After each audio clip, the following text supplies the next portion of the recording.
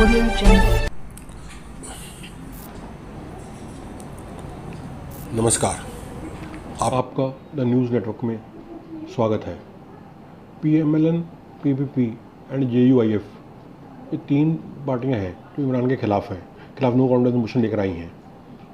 ये तीनों ही पुरानी पार्टियां हैं और ये भी बात है कि तीनों सिर्फ इसीलिए इकट्ठी हुई हैं कि इमरान खान को निकालना है, नहीं तो इनके अपने बीच में भी ताल्लुकात कोई बहुत अच्छे नहीं हैं, लेकिन क्योंकि इमरान को निकालने के लिए ये इकट्ठी हुई हैं और अब इमरान के बहाने भी ख़त्म हो गए हैं। अब तो उसको जाना ही पड़ेगा, अब कोई बहाना नहीं चलेगा। संडे इतवार को उसका आखिरी दिन होगा। हम ये दुआ करते हैं कि वो आराम से चला जाए, नहीं तो पाकिस्तान की हिस्ट्री बहुत ख़राब है। आइए देखते हैं। इमरान खान के सरप्राइज पैकेज ने उनके शोरीदा अमल बिल मारूफ जलसे की सारी धाक बिठाकर रख दी है। वो दावा करते हैं कि उनके खिलाफ कौमी असम्बली में पेश की जाने वाली तहरीक अदम एतमाद उनके खिलाफ किसी नादीदा बैन अल-अक़वामी ताकत की कारस्तानी है और उन्हें मुकामी सियासी मुखालफिन की हमायत हासिल है। उनका ये बयान एक साजिशी थ्योरी के सिवा कुछ महसूस नहीं होता, क्योंकि सबूत के तौर पर उन्होंने एक सफ़ा पेश किया कि जिसके मंदरजात बताने से वो कासिर हैं और इस अमल से वो किसी को भी मुतासर करने में नाकाम रहे, चाहे वो उनके अपने मुखालफिन हों या हामी।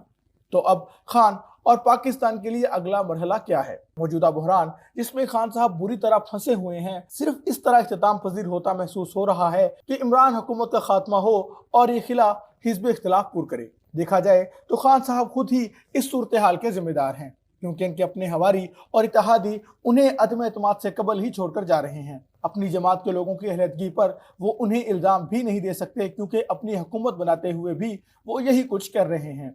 बात यह है कि बैड गवर्नेंस कोई साजिश नहीं, एक हकीकत है। नई सियासी सूरत हाल में यही नज़र आता है कि इमरान खान मुल्क की पार्लिमानी तारीख के पहले वज़ीर आज़म होंगे जिनके खिलाफ तहरीक अदम एतमाद कामयाब हो जाएगी, और इसकी वाहिद वजह उनकी अपनी ज़ात के गिर घूमती वो सियासत होगी जिसका महवर सिर्फ वो खुद रहे हैं। इमरान खान की जमात 2018 के इंतखाबात में सादा अक्सरियत के हसूल में नाकाम रही थी, जिसके मायने यही हुए कि वोटर्स ने उनको फैसलाकुन मैंडेट नहीं दिया।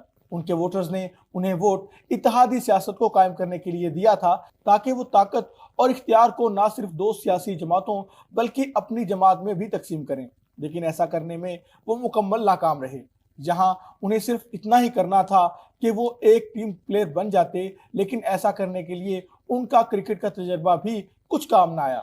इमरान खान ने एक ऐसी हुकूमत तश्कील दी जिसमें वो मुतलकिल अनान हो, और अगर एतमाद किया भी तो बैरून मुल्क मुकीम चंद खास साथियों और हमराहियों पर। 90 की दहाई में मुशर्रफ हुकूमत के मार्शल लॉ के इख्तिताम के बाद से अब तक पाकिस्तानी वोटर्स ने आमरीत को नहीं बल्कि इज्तिमाई या प्लूरल निज़ाम को वोट दिया है, जिसको सियासी इत्तेहाद के जरिए ही पाए तकमील तक पहुँचाया जा सकता है। इमरान खान का ब्रांड इस सोच से बिल्कुल भी हम आहंग नहीं। जरदारी और शरीफ दोनों ही इस बात को समझते थे, लिहाजा उन्होंने अपने मसाइल के बावजूद एक पार्लिमानी तर्ज की सियासत को तरजीह दी। इसके बरक्स इमरान खान ने एक सदारती तर्ज हुकूमत जैसी हुक्मरानी की और पार्लिमान या हिज़्ब इख्तिलाफ को सियासी निज़ाम में बतौर फरीक तस्लीम करने और उनसे मुशावरत करने से मुकम्मल इनकार कर दिया। पाकिस्तान की सियासत इश्तराक का मजहर है और वोटर चाहते हैं कि इस इश्तराक की झलक मुख्तलिफ सियासी जमातों और वफाकी सतह पर इत्तेहादी हुकूमतों में नजर आए। और ये पैगाम वाज़ेह है कि हम साथ मिलकर काम नहीं करना चाहते। पाकिस्तान की सियासत इश्तराक का मजहर है और वोटर चाहते हैं कि इस इश्तराक की झलक मुख्तलिफ सियासी जमातों और वफाकी सतह पर इत्तेहादी हुकूमतों में नजर आए। और पैगाम वाज़ेह है कि हम साथ मिलकर काम करना चाहते हैं और ताकत के किसी एक जगह मरकूज हो जाने के खिलाफ हैं। पीपल्स पार्टी, मुस्लिम लीग नवाज और जमीयत उलमा इस्लाम इस बात को जितना उम्दगी से समझते हैं, इमरान खान कभी नहीं समझ सके।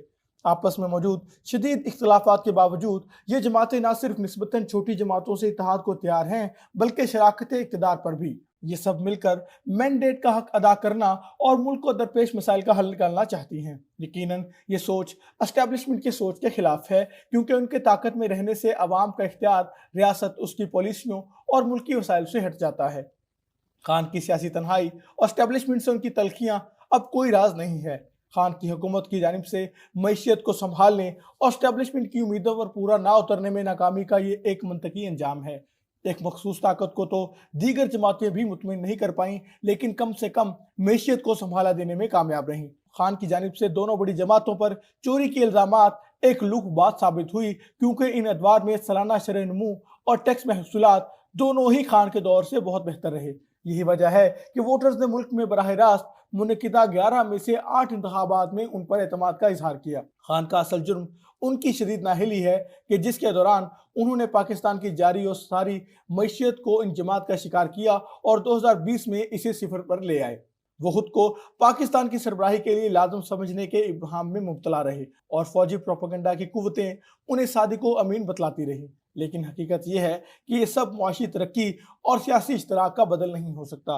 एस्टेब्लिशमेंट की हमायत याफ्ता, नफरत से भरपूर और तहम्मुल से हारी इमरान खान की इस हुकूमत का इख्तिताम हुआ चाहता है। इस सूरत हाल में कि मुल्क अब मजीद मुआशी तनज़्ज़ुली का मुतहम्मिल नहीं हो सकता। ये आसान काम नहीं, लेकिन अब वाहिद रास्ता एक तकलीफ दे बहाली का ही है, जिसके लिए तमाम सियासी जमातें मेशियत की बेहतरी के लिए यकजा हों। ये वक्त